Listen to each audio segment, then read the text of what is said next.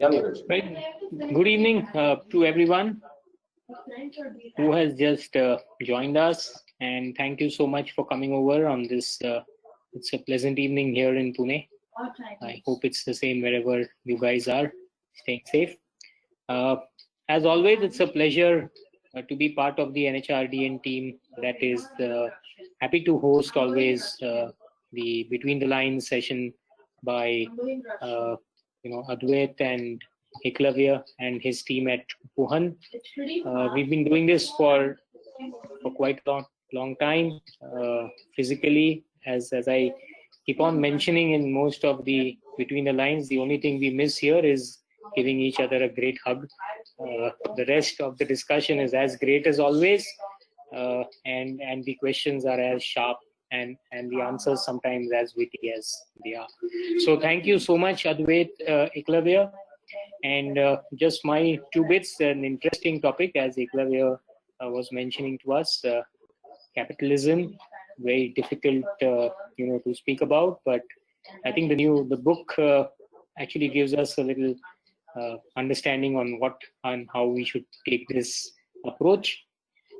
Just leaving you with the thought that Marx had said about capitalism, that the last capitalist we shall hang will be the one who sold us the rope. I hope after reading this book, we'll perhaps try to, change our perception of that. So with that, once again, thanking Advait, Eklavya, Thomas, Barbora, and the panelist who has not yet joined us. Thank you so much for taking your time and coming over. Over to you, Advait. Great. Thanks, Neeraj, and thanks, National HRD Network, for supporting us. My name is Advait Kurlekar. My colleague here is Eklavya Malhotra, and we represent a management consulting company based in Pune called Upohan. We've been organizing this event called Between the Lines for over 3 years now. In fact, today's program is program number 42. And it's a monthly program. It used to be a offline physical program conducted largely in Pune. Last couple of months, of course, we've gone online. So that's a quick introduction in terms of what that program is. Just a format. What we do is every month we pick up a book that we believe is a good book to read. Most often than not, it's a book that has been recently launched or has been a very popular book in the past. And my colleague Eklavya presents a fantastic summary of the book so that without reading the book in the next 25 to 30 minutes, we'll know what the book is about. If you're still sort of hungry to know more, of course, we can buy that book, or we can be satisfied saying that, all that I needed to know about this topic. Today's topic, of course, is conscious capitalism, is, thanks to Eklavya, I know now. And every book has learnings, every book has insights, and depending on what those insights are, what that topic is, we invite people from the industry, and I conduct a panel discussion on the insights and on the topic, not necessarily on the book. So as always, I assure all my panelists that I will not ask any question on the book. So I'm not going to ask any questions whether you've read the book or not. Anytime it's not required, because we've been fortunate to get great panelists for the last 41 sessions and 42nd as well, and therefore they don't need to do any work to share their insights and share their experiences. Now, ever since we've been in a way forced to go online with Between the Lines since March now, so this is the 6th online session. We have carefully avoided not to directly talk in terms of COVID, pre-COVID, post-COVID, during COVID, new normal, etc., but have kept on course in terms of the topics that we believe are interesting to the audience that we have.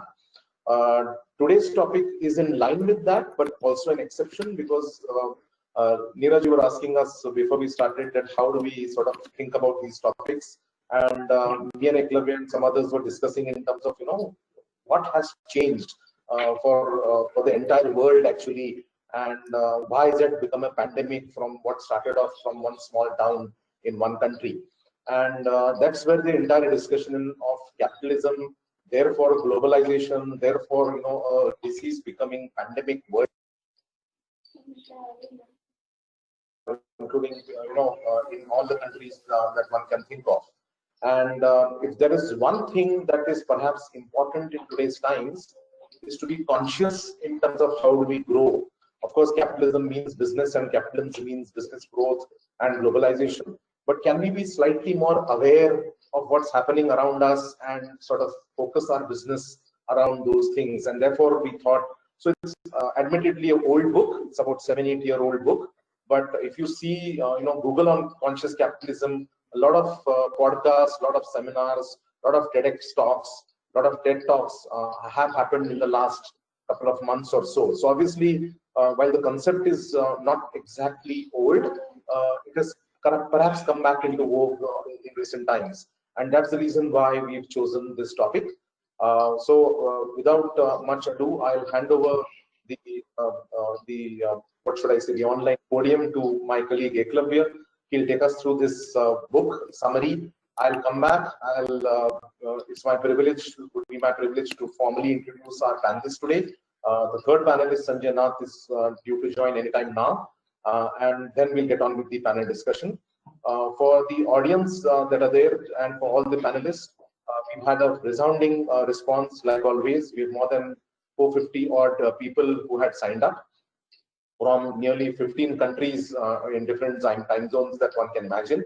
And therefore, for the audience, if you have any questions, we have a chat box there. So please feel free to put in your questions in the questions part, in the chat part, and someone will pick up those questions, and we'll take some questions in between and maybe some more questions towards the end. So over to you, Eklavya. Thanks, Advait. Is my screen visible? Yeah. Yes.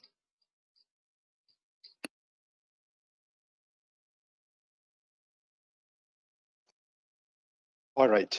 Okay, so let's get started.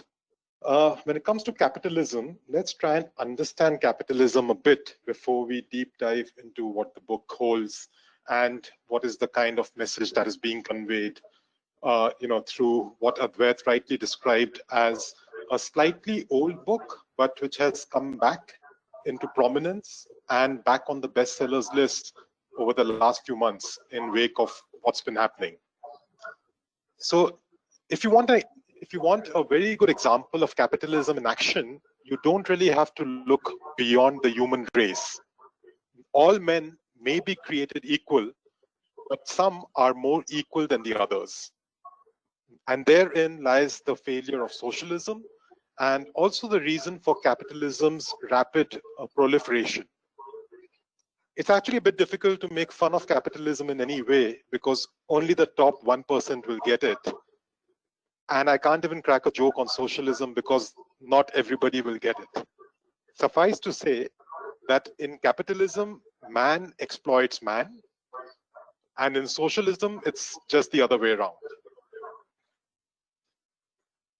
Now, capitalism is often regarded with disappointment, frustration, and even suspicion in many countries of the world.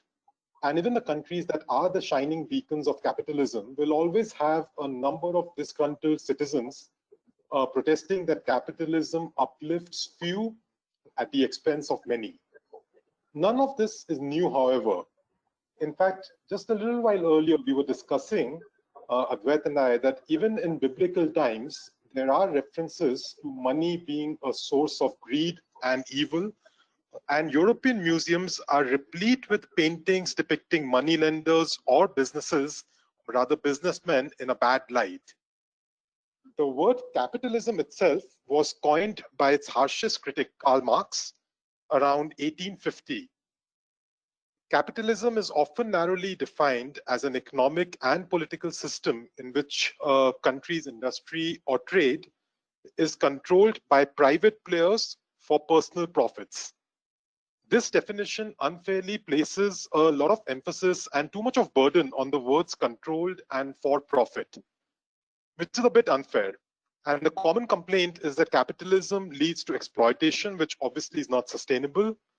It creates economic inequality, it is anti-democratic, and obviously some might say that it leads to violation of a number of human rights. And that's probably one of the reasons that capitalism is still considered a dirty word, almost a taboo in many parts of the world. And you can see which parts of the world those are, as indicated by the shades of red, quite correctly chosen. However, the impact of capitalism on ordinary people cannot be ignored. The percentage of people living in poverty has gone down from 90% to about only 10 or 11% in the last 200 years, when capitalism really took root as an idea in many societies. In fact, it has fallen about 30% just in the last couple of decades. It has provided freedom to those who were slaves to poverty and given birth to two of the economic superpowers, China and India, by pushing more than 1 billion poor people into middle class. That is astounding progress by any yardstick, and not just for a fortunate few, but for most of humanity.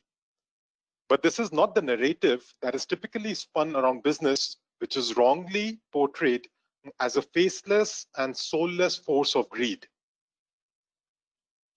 The pandemic has actually shown us how the current capitalist system, how fragile it really is, and Milton Friedman's views that the business of business is business does not seem to hold so true anymore. There is increasingly a growing view and debate that this great pause or great reset might actually signal the end of capitalism. The peasants' revolt after the 14th century plague saw the end of feudalism. So will COVID-19 have the same effect on capitalism? And there are quite eerie similarities between the Black Death plague and the current crisis that we find ourselves in. Now, if you look at it, both of them started off from Asia. So that's one similarity. And also they started ravaging the capital cities of Europe. And the Black Plague at least went on to wipe out at least a third of all human beings. Now, we don't yet know what will the final toll be for coronavirus. Let's hope it's nowhere close to that. But when the Black Plague was over, revolts began, institutions began to fall, and the entire economic system had to be reset or reconfigured. That brought an end to the feudal system that was in place for many centuries and triggered off the rise of capitalism. And today, capitalism probably faces its own plague nightmare. But while capitalism might have proved incapable of meeting many people's basic needs in today's day and age, the prophecies about its death are greatly exaggerated. The 2008 financial crisis was expected to derail capitalism, and the state did intervene. But it actually intervened to save the financial system, and capitalism in a new form emerged stronger than ever. What is true, however, is that we will not go back to any normal, because normal was clearly the problem in the first place. It is essential that we start to think a bit differently about capitalism, especially at this point of time. And that's where this book, which was published a few years back, has suddenly now found renewed interest and is back on the bestseller lists worldwide. Before we begin, just read the title closely if you can. Conscious Capitalism, Liberating the Heroic Spirit of Business. With corporate greed and misdeeds undermining the public's faith in capitalism. Does this title really hold true? This was one of the first things that at least I thought of. It sounded a bit too gimmicky. It sounded a bit more of a marketing, nice subtext rather than conveying any actual meaning per se. It does sound too good to be true, right? Can business really be heroic? Because we've never heard that narrative so far. But after I read the book, the answer is that it's a resounding yes. Business is heroic because it can lift people out of poverty. It is not governments that eliminate poverty, but rather businesses that take this onerous task upon themselves in pursuit of value creation. Governments, in fact, can only do extraordinary damage, which actually gets amplified when businesses get into bed with the government, leading to crony capitalism. Business is the only institution, perhaps, that enables people to rise and give them a sustainable livelihood. And this book has been written by John Mackey and Raj Sisodia. No prizes for guessing who is who, which is which. So John Mackey is the co-founder and CEO of Whole Foods Market, which is a natural and organic groceries chain, which is also incidentally a Fortune 500 company. And it was acquired by Amazon a couple of years ago. That made news worldwide because of the valuation at which it was picked up by Amazon.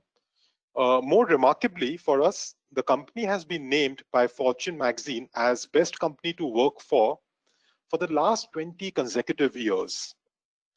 Mackey is also renowned within corporate circles for his decision way back in 2007 to cut his annual salary package to $1 per year and forego any compensation in terms of stocks as well. Raj Sisodia, on the other hand, is a highly decorated academician in US and is regarded as one of the leading management thinkers of our time, with 10 management books to his credit and over 100 academic articles which have been published in business journals.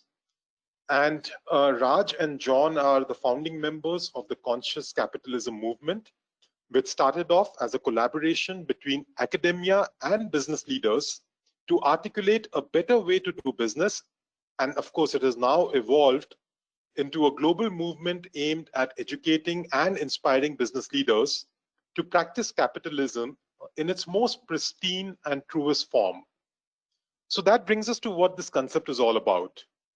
Now, there is a growing network of business leaders who are building their companies based on the idea or premise that business is about more than making a fast buck. It's about more than just recording profits and serving the needs of shareholders.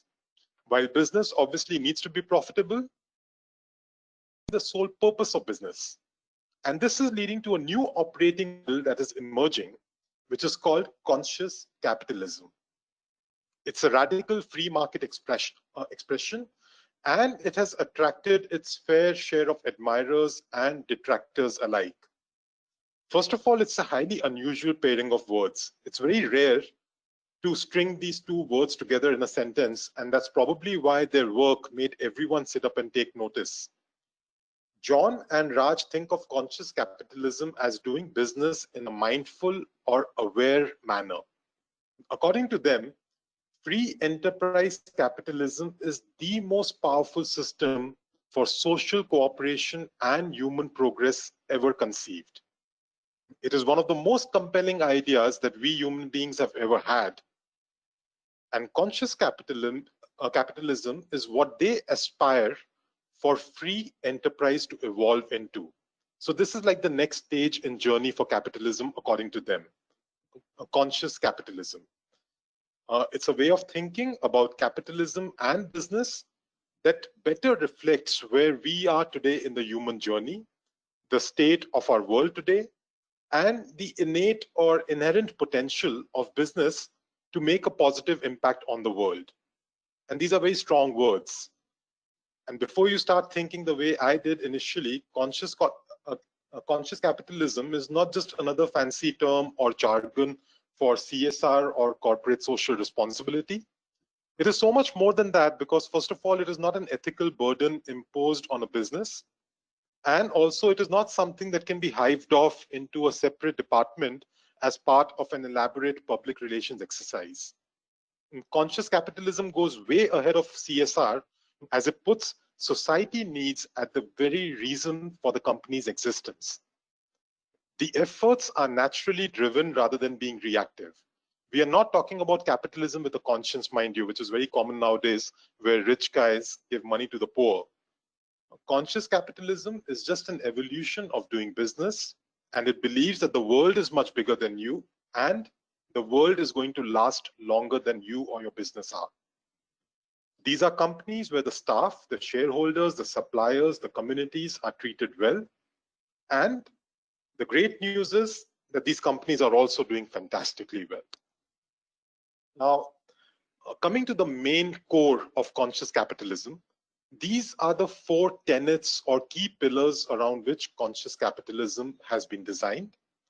So conscious businesses are galvanized by higher purposes that align and integrate the interests of all their major stakeholders. Their higher state of consciousness makes visible to them the interdependencies that exist across all the stakeholders, which otherwise we tend to ignore, and allow them to discover synergies from situations that otherwise would seem like compromises or trade-offs. What is common between conscious capitalistic companies are conscious leaders who are driven by service to the company's purpose, to all the people that the business touches, and also to the planet that we all are trying to share. Conscious businesses have trusting, authentic, innovative, caring, and sharing cultures that make working over there a source of personal growth as well as professional and career fulfillment. So let's take a look at each of these principles or each of these 4 pillars in a bit more detail with some examples to better understand what the authors are trying to suggest. The first one, which is higher purpose. Now, elevating humanity through business begins with finding, or rather knowing, why your company exists. Without this compass to find out and stay focused on your true north. Businesses should exist for reasons beyond just making a profit. And in conscious capitalism, they are saying that profit has to be seen only as a necessary means to achieving your purpose, not as an end in itself. And these are, of course, some of the examples of higher purpose in action that have been cited by the authors in the book that they've penned down. Next up, we come to stakeholder orientation. This principle suggests that we need to recognize the interdependent nature of life and also the human foundations of business itself, which typically never gets spoken about. A business needs to create value with and for its various stakeholders, which means customers, employees, vendors, investors, communities, etc. Like the life forms which exist in an ecosystem, healthy stakeholders obviously will lead to a healthy business system. And one of the ways in which the author suggests that you can find out what your stakeholder orientation is and how well you're serving it is by creating what they write or what they've termed as stakeholder maps, similar to what you can see on the screen right now. And this will basically help an organization articulate and appreciate who you are impacting with your business actions and decisions. Which are the various stakeholders in play over here? And what is your unique proposition to each of them, not just to one or a few of them? That brings us to the third point, conscious leadership. Now, if we talk about consciously capitalistic organizations, then one way of looking at these could be that these are human or humane social organizations in a way. Now, if it's a humane social organization, then it needs to be created and guided by leaders, people who are able to see a path, set a path, and inspire others also to travel along with them on this path. Now, one of the things that they say is that conscious leadership is also curious leadership. Curious leadership meaning that every day you are willing to take a step back and be curious about your business, about the world around you, and understand how the two of them can coexist in a more harmonious and more synergy, sort of, like unleashing some more synergies between these two entities, which normally are seen as mutually exclusive. The world in which we live and the business in which we operate. So conscious leaders understand and embrace that there is a higher purpose of business, and they focus on creating value and harmonizing the interests of all the stakeholders. So if we were to look at an example, then obviously John Mackey, the co-author of the book, he comes to mind, and also it's more pertinent to look at his life story because all the anecdotes in the book are largely drawn from his own experiences while running Whole Foods. He's one of those rare people who, at a very young age, when he was still in college, at the age of 19, he decided that he will no longer do anything which is dictated by society as one of the things that you need to do, and rather he will always do what makes him happy, what makes him fulfilled. So he also is one of those famous college dropouts who then went on to build a very illustrious corporate career. But at the back of it is somebody who always understood that you need to remain true to yourself and things will then hopefully fall into place. So John basically epitomizes all the qualities that we talk about in terms of conscious leadership. And one of the ways in which he does it, he says, is that on a daily basis, he actually spends time thinking about, has he done anything that day to improve as a human being? Not as a leader, but as a human being. Because according to him, unless he improves as a human being, his organization is not likely to improve because he will not be able to inspire it into doing anything different from what it was doing today or yesterday. So unless you evolve as a person and you become a better version of yourself every single day, you cannot expect your organization to transform into a greater force of good.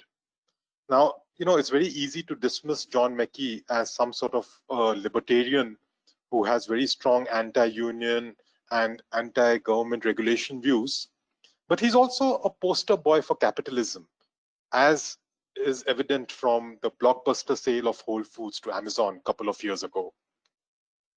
And the final piece in this jigsaw, which is conscious culture, this is the ethos, the values, the principles, the practices, which are underlying the social fabric of any business.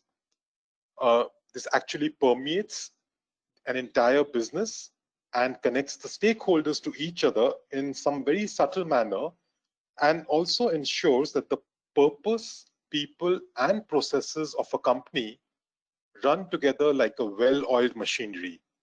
So conscious leaders recognize the integral role that culture plays, and they purposefully nurture and cultivate something which is now termed as conscious culture.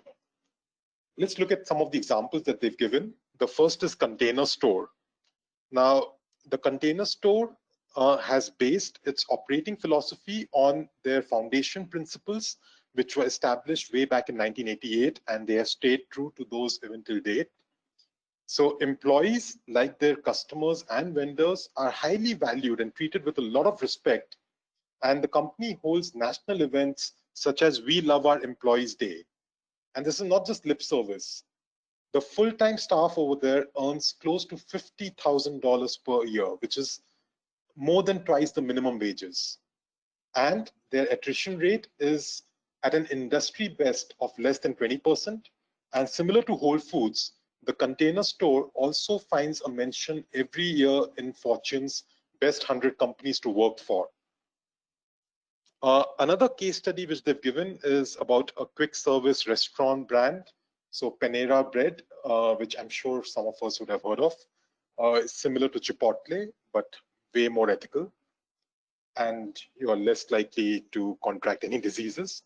So Panera's Bread is basically what they're doing. One of the good things that they do in terms of building this culture, they donate all the leftover bread, produce, baked goods, all the products from their stores to food banks and local charities at the end of every single business day.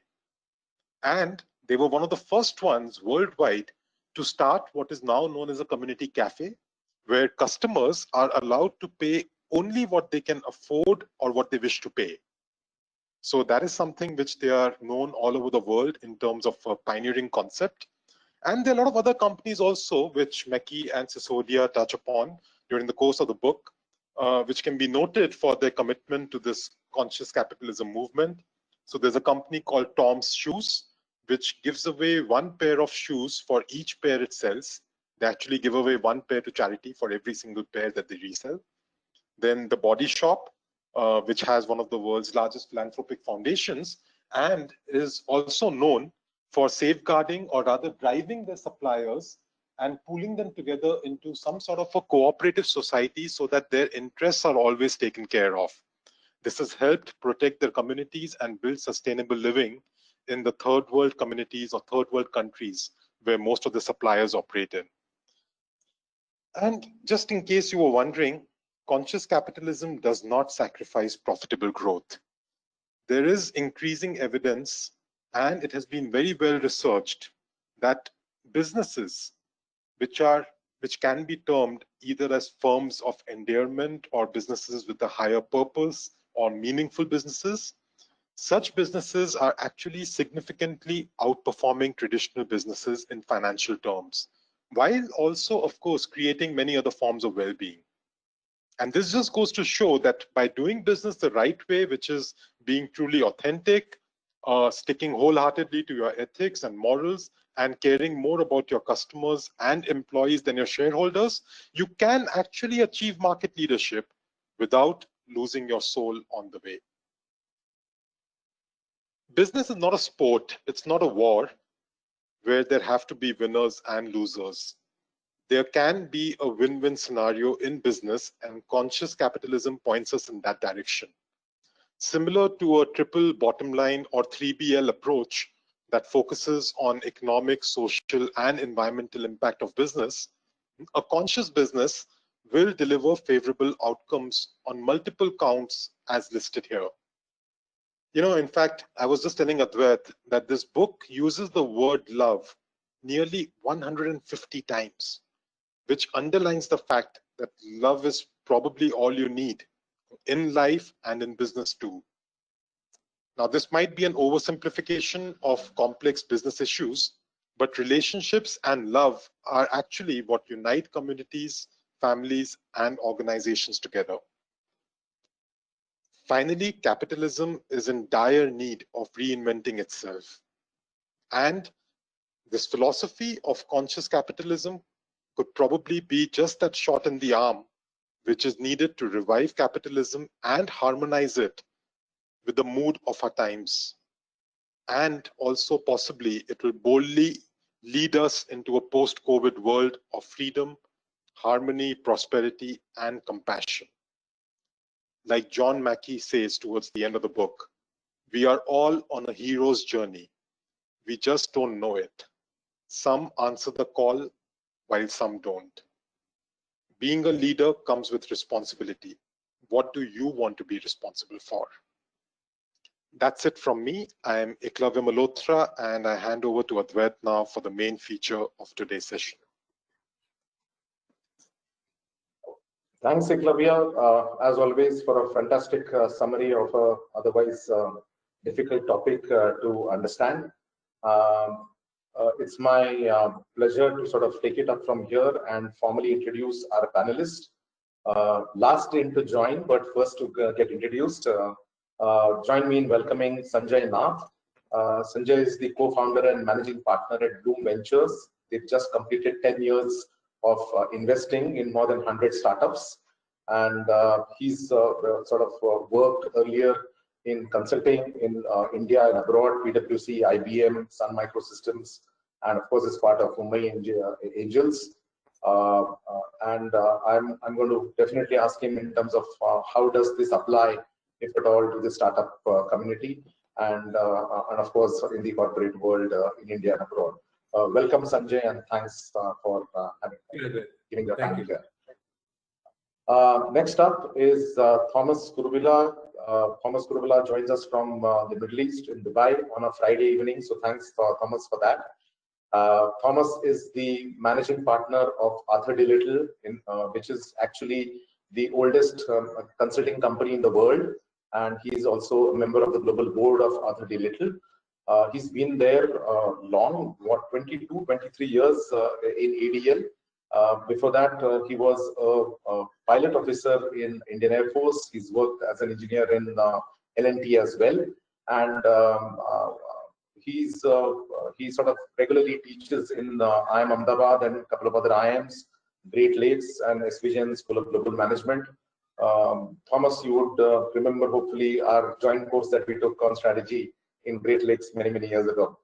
So absolutely. Thank you so much. Thank you so much for coming in and sparing on a weekend afternoon for you from Dubai. Last but not the least, join me in welcoming Barbora Stankovicova. I hope I got this surname right. She's again a very veteran in the world of management consulting and development change kind of transformation projects for organizations, for multilateral agencies, for private companies. She's born and brought up in Slovakia, worked in East Europe, worked in Western Europe. She was working in Palladium in Qatar for quite many years till she decided to move to India, and we'll talk about it soon. And she heads basically the executive director of Palladium in India, which has two parts to it: management consulting and developmental change transformation projects. So thanks, Barbora, and she's the one like me who's locally joined from Pune. So thank you all three of you. And maybe since Barbora, you got introduced last, if others don't mind, I'll start with you. Very interesting background. A Slovak national, worked in, like I said, East Europe, West Europe, Spain, Middle East for long. What brings you to India and specifically to Pune? And if you can just sort of put a context to the discussion that we're going to have. Right. Thank you first for introduction. So yeah, I was born in Slovakia, but I've always had the travel shoes. So I've been working around the world, probably in 10 countries. And I've joined Palladium, which is a positive impact company. We are development consulting, and professionally, I was a strategy and finance expert, and then I grew up more along with the company towards the positive impact. We merged with the large group of development agenda. So why I came to Pune was, or India, better to say, it was a combination of unique professional opportunity, because I believe there is no better place than work in India on development agenda. I believe it is incredible, complex and competitive market. You really can see everything from A to Z. And I had a certain mission to basically explore, expand our offering from donor business more towards government and private sector. And on a personal front, my husband and sisters are from India, and we always had hope that our children would experience what he never did. He never lived in India, but now they are living in India, so they understand better the culture. Excellent, excellent. And coming back to the topic on hand, the kind of work that you're doing as part of Palladium and working with municipal corporations and government agencies, quasi-government agencies, how does that relate to this entire concept of conscious capitalism? Right. So basically, we are doing this as our core business. We are trying to bring what is good to the purpose to the community and everyone. Now we are also helping the company's organization to embrace this concept. We call it inclusive growth. We call it basically positive impact. So in India, we've been working, for example, helping the municipal corporations to truly think beyond, the just building bridges or infrastructure, but really think of the overall social economic impact of living in the community. And one of the key aspects I learned is that the trust of the private sector for getting any help from government is very, very low in India, being sincere. So we are working on that front. And we are trying to bridge the gap between the different stakeholders. So as you said, the conscious capitalism is trying to make all the stakeholders work together in a collaborative manner, because there is no way you can solve a community issue by one party or one entity. Even the successful businesses have to work hand in hand with different stakeholders. So that's what we try to help different stakeholders to come together to work on the same purpose. Excellent, excellent. It's an interesting phrase you used: trust of corporates and trust of the private sector. I'll come back to that to you, but maybe I'll move on to Thomas. I did mention that I'm not going to ask any question on the book, but I'm going to refer to again something that Eklavya said in his presentation about the two words conscious capitalism. A very unusual pairing of the words. So is it oxymoronic, conscious and capitalism? Can they sort of work together in your experience, Thomas? What do you have to say on that? And and Barbora just mentioned about trust from private sector. So it's a very, very interesting question. Before that, first of all, Barbora, thank you very much for coming to India and helping India out. From the look and feel, you was the last person I would have assumed to be based out of India. So, let me make some very blunt, straightforward statements here, even from the presentation and the discussion we had now, right? Okay. Yeah. I think we have to be very clear on, are we trying to give, is capitalism supposed to give importance to making money, or are we trying to say that is not correct and running a business properly should not be trying to make maximum money, right? And I will give you statements that we have made in our own discussion, which is contradictory. I will tell you why. Okay. Why are we trying to argue that doing business properly will make more money? Let me ask that question. Okay. You see the problem we are facing. I'm raising a very serious issue in this discussion. Look at the tone of the discussion that we are having. We are trying to tell people that making money is not important, right? That should not be the sole purpose. And then we put slides and slides to say that conscious capitalism makes money and hence do that. Sorry, that is contradictory, right? We need to be very, very clear in our mind. What are we trying to do? Are we trying to be conscious because it makes money, or are we trying to be conscious because that is how it should be? Correct. So I'm just trying to dig a bit into the discussions, which itself is a bit contradictory. Let me make another statement that was made. Yeah, container store pays the highest salary to the employees. It is double than the industry standard. Let me tell you, that is a contradictory statement. Are we saying that in the container store, people are working with them not because of conscious capitalism, it is because they're getting double the salary? Come on, that is not okay. I'm sorry to bring some very fundamental thinking in this discussion, right? So we need, and I think we are mixing things and trying to sound very nice and say it is oxymoron and all of that. We are mixing things, right? We need to be very clear on what are we, and these are personal choices. We cannot force people to behave nicely.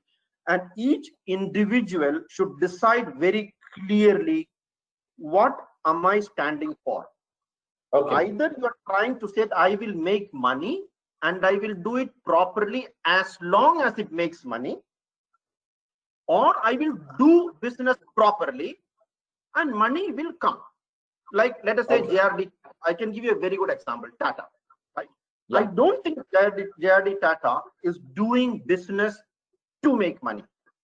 He is doing a good business and he gets money. If he doesn't get money, will he start doing business wrongly? No, he will not, right? So we should be very clear when we're trying to argue that doing business properly will make money is giving importance to money again. So we need to be very careful. You're trying to weigh in consciousness versus the capitalism part of it, and horse, cart, horse kind of thing.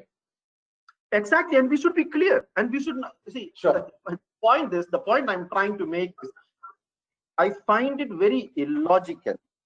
And let me allow, you know me very much, Advait. We have seen me in the class. I'm quite blunt. We cannot take double standards. You have to either say that consciousness, treating people properly, treating the society properly is number one, or you say money is number one. Don't say I'm trying to balance and all this bullshit, right? I think we are trying to. The moment you say you're trying to balance, you are concentrating on money. It's very clear to me. Sure. I'll come back to that. Yeah. Sanjay, any first comments before I ask you a question that I wanted to ask you? But since Thomas has started on a controversial note, I would like your comment to first. I did that on purpose. It's a tough act to follow, Thomas, after that.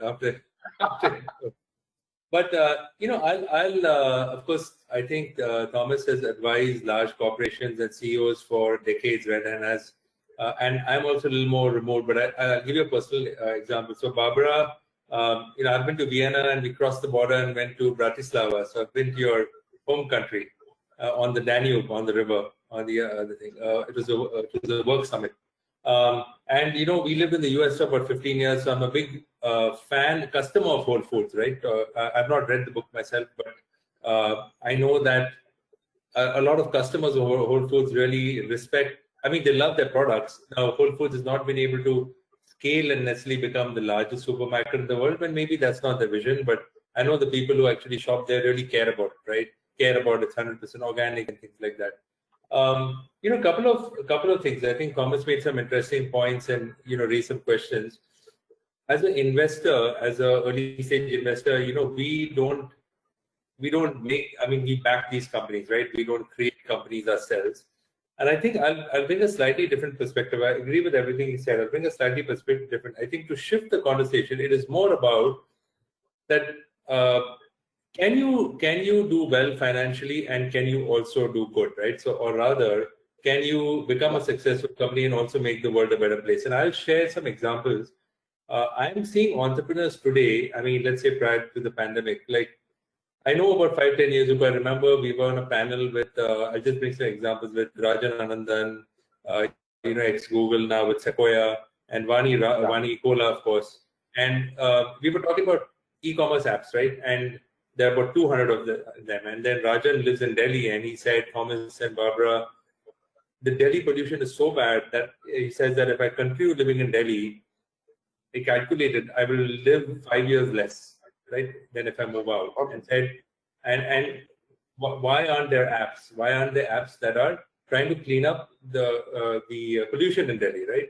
Now, the fact is that if you have something like a Google Nest or something like that, I agree with Thomas, it's interesting, right? You're not doing it just to clean up the pollution. You're solving it like an entrepreneur and saying, I am going to make this the most successful business in this space. I'm going to make a hell of a lot of money. I'm going to make my investors money. And by the way, I'm also making the world a better place, but because it's a good business, right? See, if it's a good business, everything can fall in place. I do agree, though, that it has to be personally driven from the CEO, right? And from the founders. They have to really believe in it. I think Thomas and Barbora made some interesting points. I'm finding today that that founders that are coming to us actually do care about it, but they're coming to us because we believe they can create a lot of value and they can make a lot of money and make us a lot of money and also do good, right? So I'm trying to shift the conversation in the sense that yes, it is sometimes an either or, but I'm finding that most founders, and by the way, I'll also bring Barbora here. I'm also finding that it's become much more diverse, right? Blume itself, today we have about 40% women, and I'm not saying that women are more conscious and men are not, but I think bringing diversity of thought also helps a lot, right? So to come back, we will, like, you're right, if Thomas was an LP in Blume, an investor in Blume, he would say, great, you're doing all that side, but I'm giving you money to make me money. That's the primary purpose, right? But I think today people do care for the greater good, right? So I think it's a different balance. It's not either or, and to sacrifice money, I think that's very important. If there was a seesaw, I think, and if I back the founder, I would say, hey, listen, if you're spending 10% doing conscious capitalism, I want to make sure that you're not losing 10 cents on the dollar, right? I want that full dollar, right? So to make. Absolutely. But Sanjay, does this come in any discussion when you're sort of deciding to invest in a startup? And one of the things of very important tenets of conscious capitalism, as the book says, was about conscious leaders. And does that come in your discussion in your IC or whatever it is, when you say, hey, we need to invest? I know you said, we're going to make a bunch of money, and also do good. So there's that also part of it. But does it come as a criteria for you? Yeah. Or in the investment world in India, for example? Yeah, I think it, again speaking, I'm not typically a blunt person, but I'll be a little more direct here. I think there's another book also coming up, which is like the Conscious Capitalism, the subconscious investor, if you will. But I think to Thomas's point, see, if you look at how we're measured, right? I think the incentives also have to change. If you look at how we're measured, India traditionally hasn't, like, I think you have a question about why all these usually all examples from the West, right? Examples from the West, and then to India examples. In the West, what's happened is because business just had a lead. Many of these people have made money, and like Bill Gates and the others, and now they're choosing to give back, which is very noble, right? The Gates Foundation and things like that. I think as a percentage, I think in India we would tend to be much lower, right? I don't know what the data is, but I think Anand Mahindra, Azim Premji have been amongst the leaders who have been doing that, right? People. But if you look at how we are measured, I give you $1, and we have investors from the Middle East. I give you $1 and I want $4 back, right? Now, if you give me $4 and you also back founders with all this, great. But if I went back and said, here's $2, but by the way, all my founders, did all this for CSR, they're great, but I won't have the next fund, right? Very interesting. So now if you maybe there's an interesting way to look at different incentives. For example, like this, 1% CSR. I'm sure Thomas, Barbora, and all can talk about that.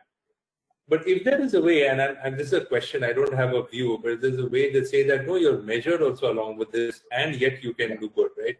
Can you make money and do this? So, example, I would love the CEO to be 100% focused on product sales and making money, but maybe you have someone in the team that looks at this, right?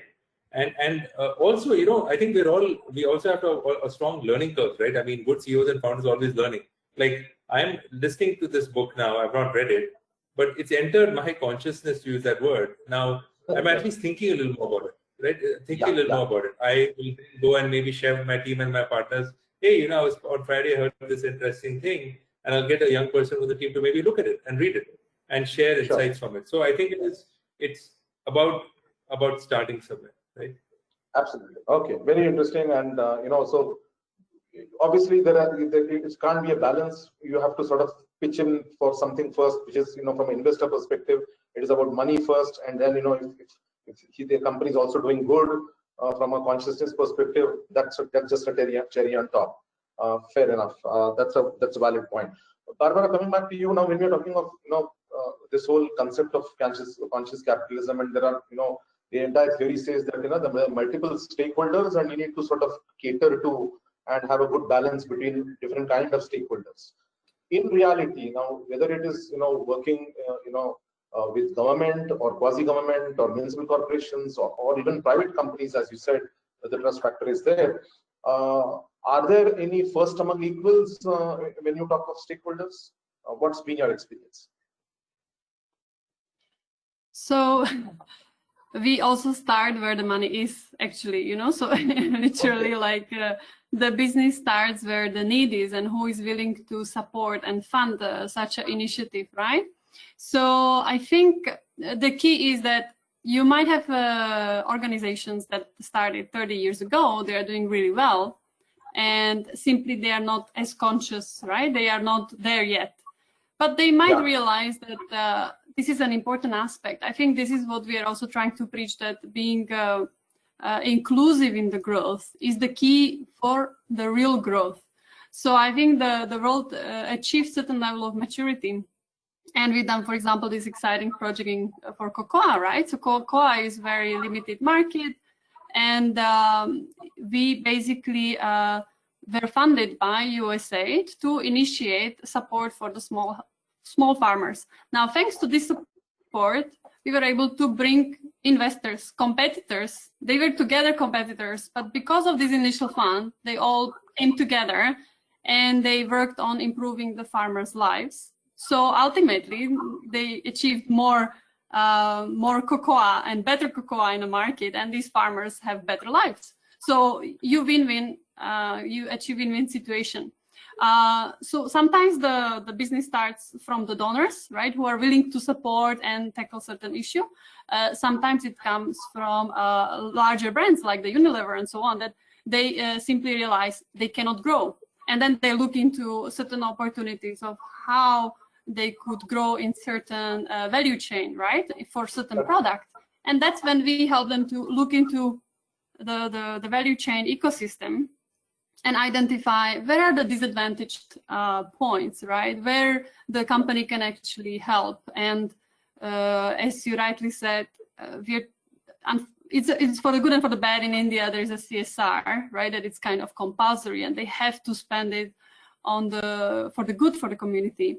But yes, we are actually trying to change the shift of those companies to do it as a core rather than just as a That's it, CSR. right. So unless you're forced to sort of spend it, it's not coming from within, not coming necessarily internally. And maybe answering that, I mean, related to Thomas' thought, I think it's good that the companies start, because we can't live in this world without having businesses, right? So the core of sustenance of the business, of the life, is that there are businesses that are making money and they are able to generate the jobs and employability and opportunities. So it's good that there are entities that think of a business that has to be profit oriented.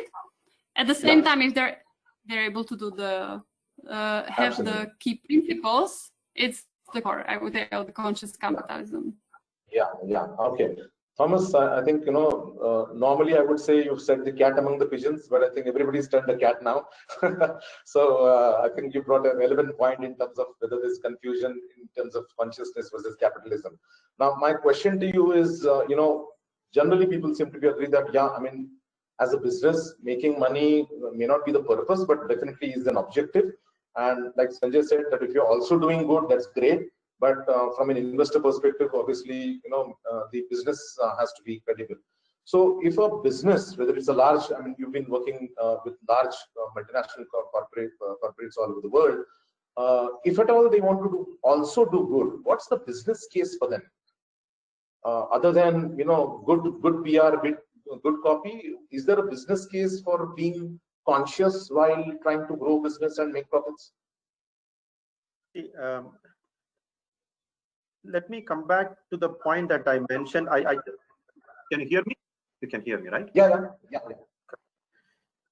See, I just wanted to bring in the previous point I was making. I just wanted to make it clear that we are contradicting ourselves by saying that I want to run a conscious capitalistic business because it makes money.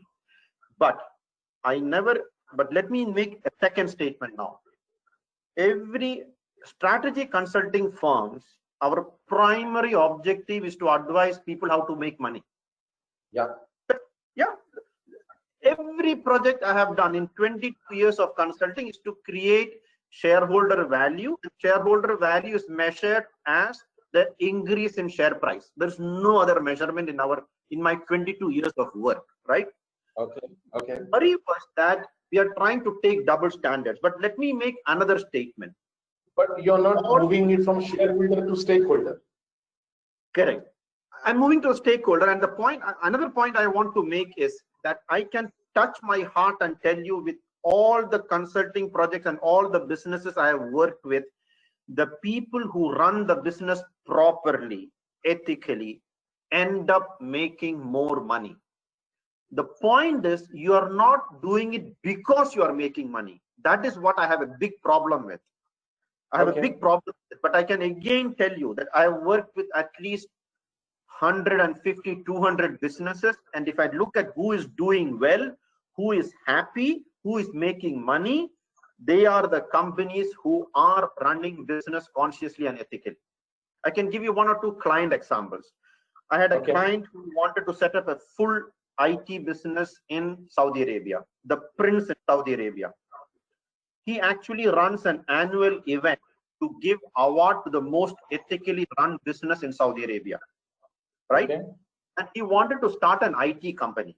It is called Wipro Arabia Joint Ventures today. He was my client for 6-7 years before he started IT. He asked me, Thomas, I know there are 4 or 5 large IT companies in India. Tell me who are the founders of those IT companies, and tell me who is the nicest person, ethical person. And Aziz Premji's name came to me immediately. I'm not saying it is right or wrong. I'm not blaming other people. Don't get me wrong. I just don't want to make any conclusions. But the name I gave him was Aziz Premji. I said, of all the people who are running IT business, the person whom I think is the best person in heart, Aziz Premji. He decided to have a joint venture with Wipro on one statement that I made. Wow. And that they have the most successful IT consulting business in Saudi Arabia today. You see? So the point is that it is also correct to say that if you run business ethically, you will end up making money, but that is not why you should run it ethically. That is where I have a problem. And again, Barbora very clearly said that, and Sanjay clearly said that if you don't make money, then it is complete stupidity, right? If you don't have money, you cannot do anything in this world, unfortunately. Like, how can Bill Gates or Google or somebody donate money if you don't make money? You have to make money. So then is this just restricted to and most relevant to large companies who have sufficient money? I'll just give an example. There are a lot of people who say that, I'm doing this because, and it's not for the money. And I always paraphrase it that when people say it's not for the money, which means that, they're already well taken care of now. And therefore now they can make these statements that it's not about the money. Is it true for large corporates and doing good work also on the side? No, I'm sorry to say this is a wrong conclusion. The problem that we have in society is today, we are only seeing large corporations which give a lot of money, but that is not representative. That is surely not representative. There are very small companies, even making laws, giving money to poor people. It is just that they are giving only little money and $100 and nobody knows them. It is not prominent. So it is not correct and it is not representative to say that when I am rich, I am giving money. No. People who are good will give money irrespective of whether you are rich or not. I don't know who are the 160 participants. That's why I don't want to bring in names. There are rich people in India. There are poor people in India. When you are rich or you are poor, whether you give or not is not related to his wealth. 100% clear to me. Understood.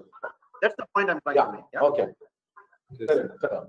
Now, Sanjay, coming back to you, from a startup perspective, would you rather have your investee companies focusing on scale, growth, etc., rather than saying, hey, I want to, I made some profit, but like Thomas just mentioned, I'm a small company and I'm going to, I made 100 rupees, I'm going to spend 5 rupees, not 5 million rupees. But that 5 rupees is also because inherently I feel that I need to. So what would be your advice to such companies? Sure. No, I'll give you two thoughts. Coming back to what Thomas said about, in one sense, Thomas is he's a strategy consultant, CEO of a strategy consultant agency, and dealing with CEOs directly, right? And the goal is to maximize shareholder/stakeholder value. We are exactly the same. We put our own money, but we have to do that in half the time because you're backing startups. They're not seasoned CEOs, and you've got to get them a rocket ship, right? Whether the next Ubers, the Karims, the Facebooks of the world. So I think to your question, of course, growth is very, very important. Now, I'll tell you a bit about our business, right? Thomas, I started my career as with PwC in the strategy consulting division, then moved over to IBM, bought PwC. So I've been a consultant for about 8 years, and then became a small angel investor in Karthik, and I started this. A late stage growth investor came and told me sometime back, we were just chatting, and he said, see, he says, my job is to only make money, his job, right? Because they invest 50 million, 100 million, right? If they lose less than 100 million, if he invests 100 million and that becomes 90 million, he loses his job, right? Because he's lost money. He's lost 100 million, right? In our business, he says, you know what business you are in? You are in the reputation business. If I lose money, if I lose 1-2 crores, it's okay. But if I'm unethical, or if I don't treat my founders well, right? My founders are my customers, right? You make money after I make money after they make money. And what is a VC? A VC is a collection of your portfolio companies, nothing more. We don't make anything. We're basically investing our time, money, and we built a large platform to help our companies with marketing, branding, hiring. We've got 3 offices: Delhi, Bangalore, Bombay, and alliances. But what is very interesting, he says, you lose your reputation, that's it. You'll never get a good company coming to you again, right? Which again comes to that. I mean, we're not talking about ethics, but we're just talking about doing good. Are you treating people well? And Thomas said, is he a nice person? He's an ethical person. When founders are coming to us, the capital is the last 5 minutes. First part is, I want to share what I'm doing. You have to respect that entrepreneur. find out what they're doing. It's a conversation, right? And the money comes at the end. So I wanted to bring that. We also see that reputation business comes to us. Now, to your question on what is important, right? I think what we are looking for, and it's interesting, right? I'll bring in Jim Breyer, right, who backed Mark Zuckerberg. And Mark, Mark created the Facebook app at Harvard, then found it was really interesting, dropped out right out of Harvard itself. And somebody was asking Jim Breyer, who was then at Axel Ventures, that did you know that Mark was going to create a $100 billion business, right? That was the question. And he says, I didn't know, and even Mark didn't know, right? And he himself wanted to do it. He basically wanted to go out and change the world. Now, wanted to do it in a very different way. But we are looking for those passionate founders, those entrepreneurs who, in a sense, want to change the world in different spaces. I'll give you some examples. We've got a company called Tripod, right? What they do is they've got an algorithm and a set-top box that they save lives. They're able to predict heart attacks. They're able to shorten the algorithm, shortens the time from 45 minutes to 5 minutes. If somebody's going to get signs of heart attack, that's what they do, right? Now, profitable business, profitable in the sense, growing very fast. We brought in larger investors, but they're also saving lives, right? And they're partnering with hospitals, and GE and the others are partnering with them. We have now Yulu Bike, which is in shared mobility. He's the ex-Inmobi founder, ex-Unicorn founder. They're making smart EV bikes, and so the whole idea is that you have less cars on the road, and you'll have more bicycles, different versions, right? Pedals, mopeds, EVs, other kinds of things. Now, definitely, we are investing in this so that it becomes a big business and becomes profitable and becomes very successful. But he also started with the mission that he wants to make the world a better place, right? Now, in some industries, it's very sharp, it's up in the front. In some other industries, there are other ways to help, right? I know, I think Thomas brought up a great point. We always think, you are helping the poor, you're doing something, but what percentage of it's not how much money you gave, but what percentage of net worth did you give away? So a person who's worth 1 crore giving 5 lakhs, right, for example, is far, far more than somebody is giving 100 crores who is worth 100 crores and giving 5 lakhs, right? Yeah. So I don't think it is necessarily, I think it comes from the heart, right? To use that word, comes from the heart. And I think the larger scheme of this is, it's great to have successful entrepreneurs who've done very, very well financially, who have also been clean and ethical from the start. I think, which is why Mr. Azim Premji comes about, because he's always been like that. It's not like people made money ethically and then suddenly said, I will, it's called reputation laundering, right? Like if you look at the robber barons, you look at American history, a lot of the people who actually took away land from Native Americans and all that, then suddenly try to legitimize it and, give it away, right? So I think Thomas and Barbora also make interesting points that you have to be like that from the start. And you can just increase what you're giving, but you're doing both side by side, right? And in fact, it's that nature and being good that is attracting good people to come and join you. Sure. Right? It's so not you're saying there can be good people. So there can be a credible business of doing good for others, and that can be a profitable business, and that sort of combines both these aspects. Is what you're trying to say to the examples you gave. That's right. Yeah. Yeah. Okay. Now, this business of doing good, and I'm in the business of doing good, is what perhaps, Barbora, when you work with governments on development change initiatives. How does that work, or are there some other machinations that happen? Again, machinations not from a negative perspective, but some what should I say? Considerations that happen when your clients take up projects, or when you work with your clients on such projects. So yeah, I wanted to add that so Palladium, as a Palladium brand, Palladium legacy, 10 years ago we were consulting business like Arthur the Little, right? And so we were saying that we are helping the companies to do better strategy and bring more impact, bring more success, right? But I must say, the moment we merged with the whole development group that brought the 50 years of development agenda, we started to attract different talent, right? So the people who were joining us, they really love the idea that, oh, we do consulting business, we are actually delivering, we are actually going beyond that, we can deliver the impact. So I think definitely that the real purpose-driven, company gives advantage to attract people with more consciousness and better purpose. So I think the point is, I wanted to just say that at any stage, the company can evolve to become more conscious. So I wanted to say that it's good when it starts, but even when it's already existing, and it can be startup, it can be small company, but just little shift in our bigger shift can actually make the company entity conscious. I know one small organization, the lady was doing typical Indian business. She was creating a tailoring, right? The small, she had a small boutique brand, and but what she did, she realized there's lots of scrap material. And so she started to produce all the entire fashion, entire brand was about using the scrap material. So suddenly she became eco-friendly a brand.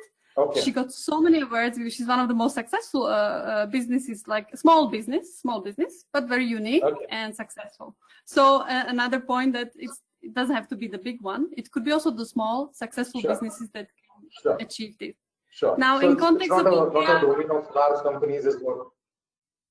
Not a domain of only large companies. I think all of you have given examples of in smaller companies. And it's never ending. Yeah. Just maybe I'll take a couple of questions that have come up in terms of the audience. One question is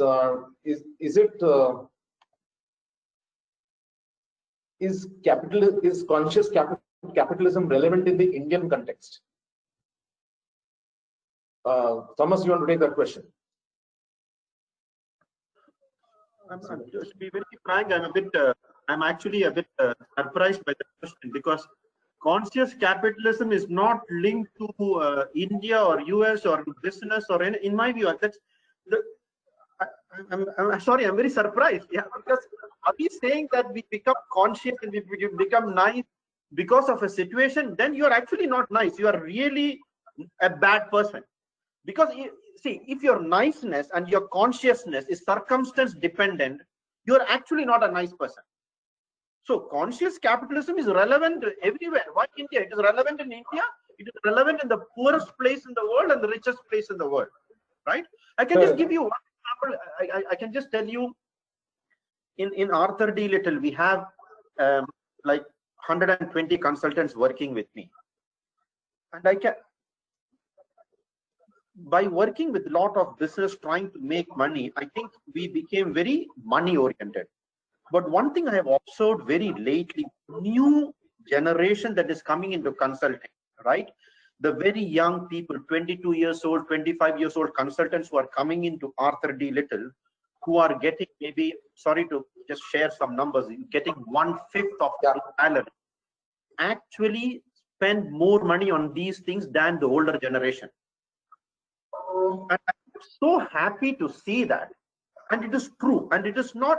It is a pattern I can see in Arthur D. Little. Arthur D. Little, we have partners, 6 to 7 of us, which are making a lot of money, and we have the analysts who are making, let us say, 1/5 of money. And the analysts are the people who are donating money, trying to help people. They take a 1-year break, sabbatical, go to Red Cross. Sabbatical, go to Bangladesh and help the poor people, and the partners are still, they have a lot of money and they're still trying to make money. You see what I'm saying, right? So you see, so that's it's not dependent on I get your point. Money purely based on it is correct. So I get your point. It is nothing to do with India. It is a universal concept. Now a sub question to that is absolutely. So, for example, Thomas, are there any particular industries or sectors where maybe this is more relevant than some others? I'm not saying important, relevant. It will become more at the end of it. Again, I know I may be even contradicting myself. At the end of it, when you're running a business, making money is very important. And if you are able to project a very positive image to the market, people will like you, you will get more business, you will make more money. And from that perspective, any business which is heavily involved in consumer goods, consumer facing activities, which has a lot of visibility with consumers, they will have much more financial returns from behaving properly. Look at the examples we are giving. We don't talk about a steel making company, right? Why? Because a steel making company has 3 customers. Nobody talks about them. And if they are ethically and conscious, nobody knows about it. But if a company like Coke, which is unethical in my view, but a company like Coke or a consumer goods company becomes ethical and conscious, the consumer liking increases, they get the product more, they make more money, and hence I think it is more relevant for companies which are very much interacting with the mass market, because the benefit is financially more for them. Okay, understood. Sanjay, again coming back to the Indian context, what changes do you think should happen in the overall business environment or business, the philosophy in which businesses, large or even startups, get into that, so that this becomes more relevant, rather than like some of you have said that okay, 1%, 2% CSR, and we don't want to get confused between CSR and conscious capitalism. I mean, obviously, conscious capitalism is way beyond just CSR, or donating money somewhere. Sure. I don't have as much experience as Thomas does, but I think one interesting thing he said in half jest, I would say that I find that the youngsters who come in, right? I mean, we're very diverse today, right? From mid to late 40s to early 20s, and women and different forms of diversity. The youngsters care so much about these issues, like everything from diversity to carbon footprint to Black Lives Matter and everything like that. So sometimes I feel we should just step out of the way and let them run it. No, I'm serious, right? Because it's interesting. If that energy can be channelized positively, I look at my own son. He's a teenager now, right? And it's amazing, right? You don't have to tell them to care about it. They come and tell you, right? What are your views on this? And he'll come and ask you, like, what are you doing about it in your organization? I'm like, dude, where do you learn all this from? So I think in one sense, it's great to give them a voice. Now, social media is become a big channel today that can be used positively and negatively, right? So I think to Thomas's point, the cost of not acting is so strong that you can just get a tremendous backlash, right? And I think it's good in one sense. Social media is actually holding positively, in the positive sense, CEOs and brands and boards accountable, right? In one way, which is never. If you look at everything from the Uber fiasco, or look at whatever, I'm not commenting, but let's say human rights things that are happening in China and things like that. Maybe they're always happening, but sometimes only a negative consequence can force a positive behavior, which is not the right way to do it. But unfortunately, that's it, right? You say that, if Thomas tells his client that your shareholder value, your stock price will fall 20%, they will hold an emergency board meeting and take some decisions tomorrow, right? But the right way is to do it from within, right? When you're always doing it. But there are different ways to do it. So I think there's some, healthy changes. In our world, because, I'm saying this in a different sense, we are dealing with younger founders who have come from the tech and digital world, and they're coming already thinking about these things. So which is positive, right? In that sense, we're learning as much from them. I think what we need more role models and successful case examples like Azim Premji and the others. I'm just taking one name because it was mentioned. And there are many more like that, Narayan Murthy and Ratan Tata, of course, who have always been doing this because they believe in it, right? I think India needs many more examples. So people say, because I think the gentleman who asked that question, or the lady to Thomas, which surprised him, probably hasn't seen enough examples, which is why they asked the question. That am I wasting my time thinking about this, or should I just focus on money? But on the other hand, if you see enough examples, like more David Mackays and more Azim Premji, then people say, hey, I can do both. And I'm not suddenly deciding to give back because I made money, but I'm doing well, including in my business and for my customers, shareholders, employees, because I'm like that, right? And I think we need more. So I like books that have examples, right? That show where people can open up, have anecdotes. I think what you're doing here is very interesting too. It is not either or, and it is not that my goal is $10 million this year. But if I have to give back, then I will fall to 9. No, it's not that. In fact, you can get to 11 and still give back because you built that way, right? So, but that's Sanjay, all the role models that you mentioned for the Indian, sorry to say, but maybe the average age is 69, 70 or 75 now. Yeah. What about slightly younger role models for, say, younger people, whether they're working in a consulting company like Thomas or with Barbora or with, like you said, even your team? What about slightly younger, more relatable role models? So I'll give you an example. So there's this ACT fund, I think, for COVID that is set up where all the VCs got together. I think it's a great example, and basically said, a lot of startups were going to go out of business. So we said, we can't. So we separated this. Blume Ventures can't just give money because we have a fiduciary responsibility, but what we can do is we support an initiative, right? So we take it from our fees, management fees, not from the fund, right? And basically VCs got together and said, let's set up this thing called the ACD fund, which basically funded companies that could make a positive net contribution to COVID, that were helping hospitals, that were helping customers and things like that. And I'm not surprised, but you'd find it interesting that the youngest members from our team, like to Thomas and Barbara's point, were the ones contributing time. So they were on calls like weekly calls, twice a week, 7 to 9 p.m. every day on this effort, right? So they're putting time, they're not putting money, but we as VCs put in money, all of them. Great example, right? So the youngsters are making a difference in saying, hey, listen, this is a good cause, just support some money, we'll give our time. And giving time is far more valuable than giving money in many cases I've seen in life. Sure, but like was mentioned in one of the last slides of Eklavya's presentation, that some of these companies from the West, they've shown 10x and 120 times or whatever financial results. Are there such examples in India? Maybe or Thomas, it's too early for Indian, or it's too early for to quote examples from the Indian context in terms of doing good also is doing good financially. I think there are plenty of examples. I mean, there are plenty of examples. We can take the example of Wipro, for example. I cannot name. I'm not naming many famous companies, but I can tell you that I know many companies who are into trading business from India with the Middle East, right? And trading business, there's a lot of manipulations happens in trading, because Dubai is a hub for that. And I have very clear evidence that the companies who continue to do trading in Dubai are the companies that have always behaved ethically.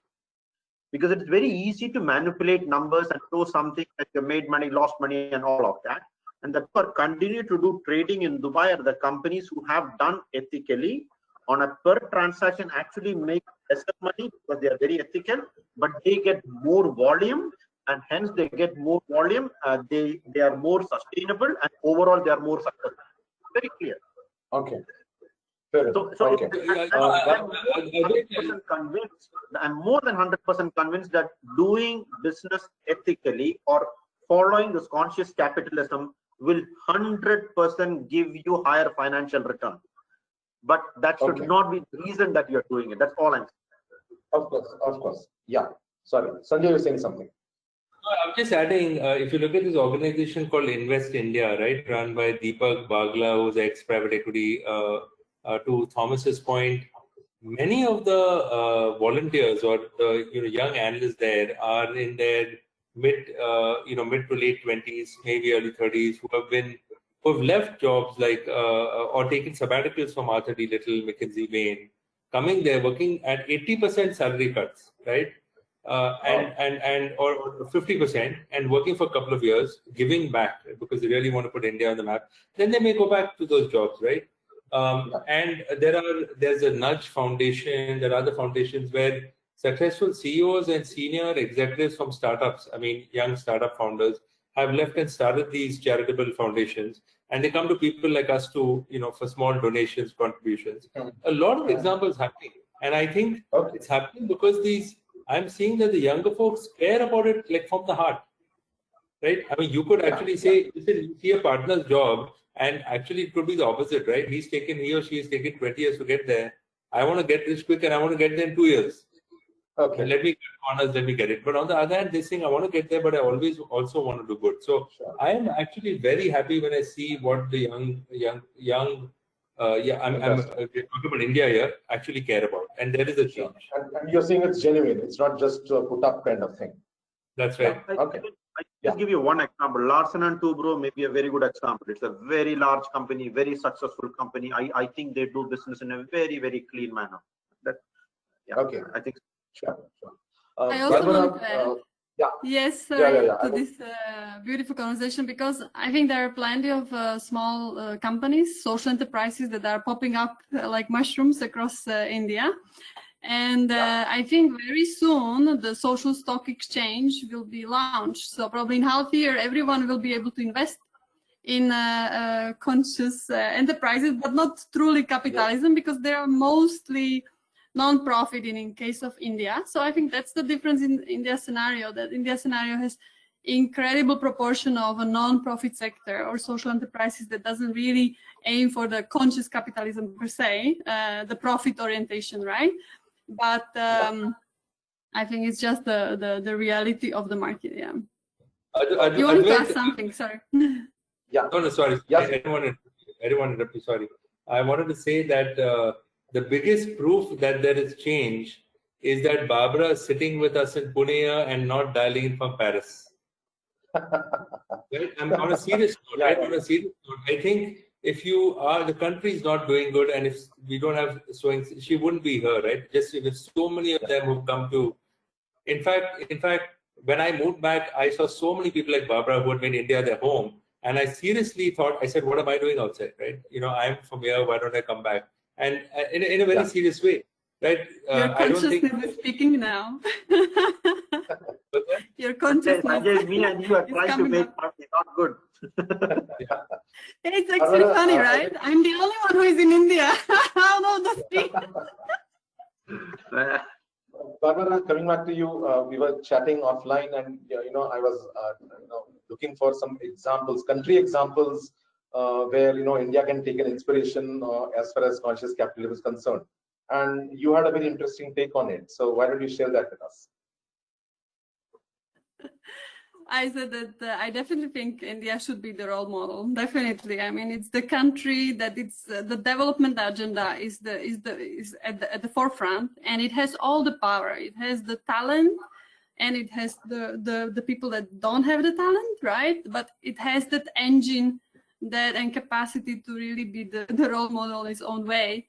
And I think considering how much money is pushed into the development agenda as a proportion of GDP, it's incredible. So there's so many these little tatas coming up, as I said, and I think activities like the social stock exchange and so on will just help to boost the whole sector. And I reiterate that I don't think the companies need to be non-profit to bring this purpose. And I like the idea that, and I support the idea that actually the whole ecosystem should be with the companies that they're always purpose-driven, but really that consciousness and the thinking of positive impact on the entire ecosystem is the core for success. Absolutely, absolutely, great. I think we have past time, so just one final question to all of you. Same question, because all of you have huge experience in different countries and in the corporate world. So starting with you, Barbora, if you look at how companies behaved maybe 5, 10, 15, 20 years ago on this topic versus how they're doing now, have you seen any big change in their thought process, and not just thoughts, in their actions across the world, across the countries that you work with, in terms of being more? So now you're talking about the private sector. Okay, so maybe a rhetorical question. So what changes have you seen? Let me put it that way. Okay, so definitely from the strategic perspective, right? 15 years ago when I was developing strategy, it was all about the shareholders' value. Then it gradually moved to the social responsibility and giving back to the community, and then shared value, right? And then it gradually kind of becoming part of the own core business and created principles, embedding the diversity, inclusiveness in the way how they are managing the business. And I'm seeing it also in our own company, how we are coping with all these, and how we are now even we are doing specific initiatives to offset certain impact that we have on the planet. So I think this is one of the things from the private sector. And on the other side, the donors and foundation and government, I think they are realizing that the only way how to achieve that is that they need to have a dialogue, and they need to work together hands in hand with that private sector to make the change sustainable. Yeah. Absolutely.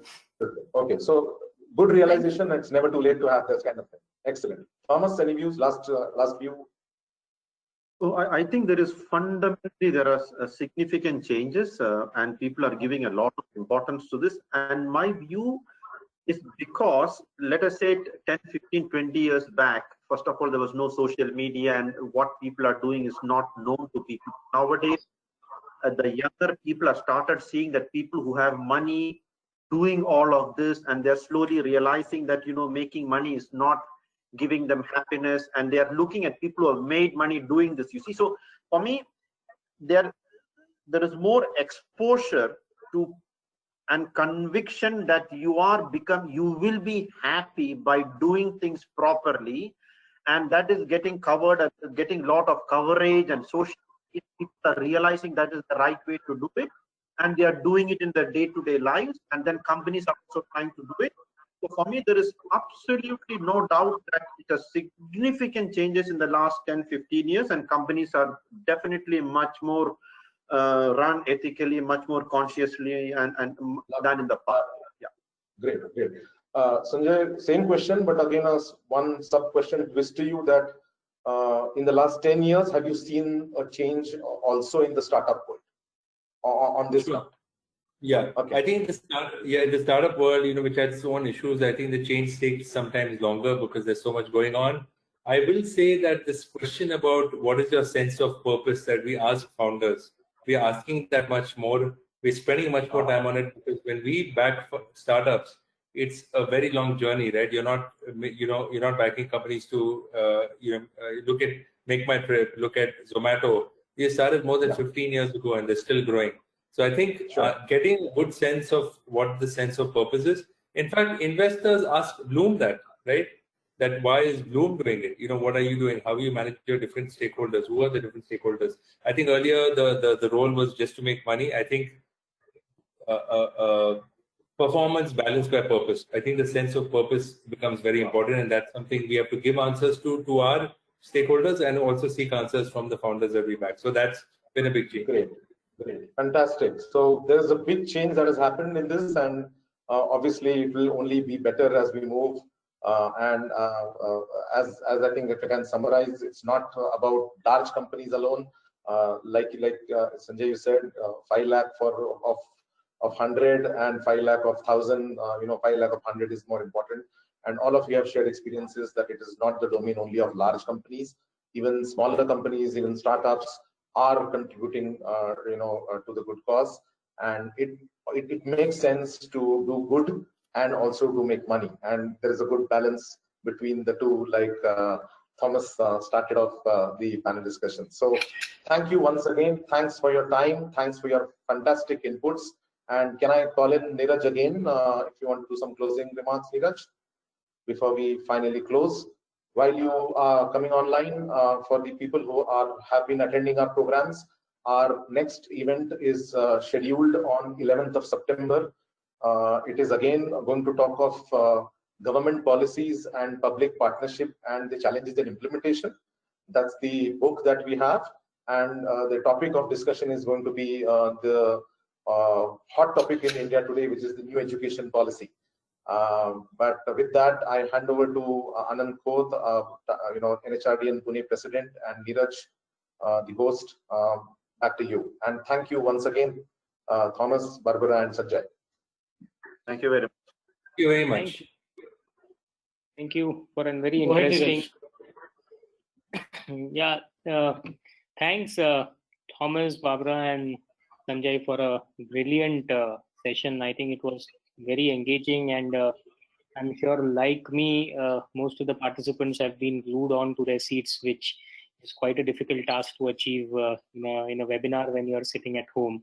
So I'm sure, thank you for all of that. I would Great that Anand could join in, though a little late, but Anand is the president of the chapter here at Pune. So Anand, over to you. Thanks, Neeraj. Advait, Eklavya, thank you very much for running this series relentlessly with NHIDN over a long time now, and we transitioned well in the virtual world as well.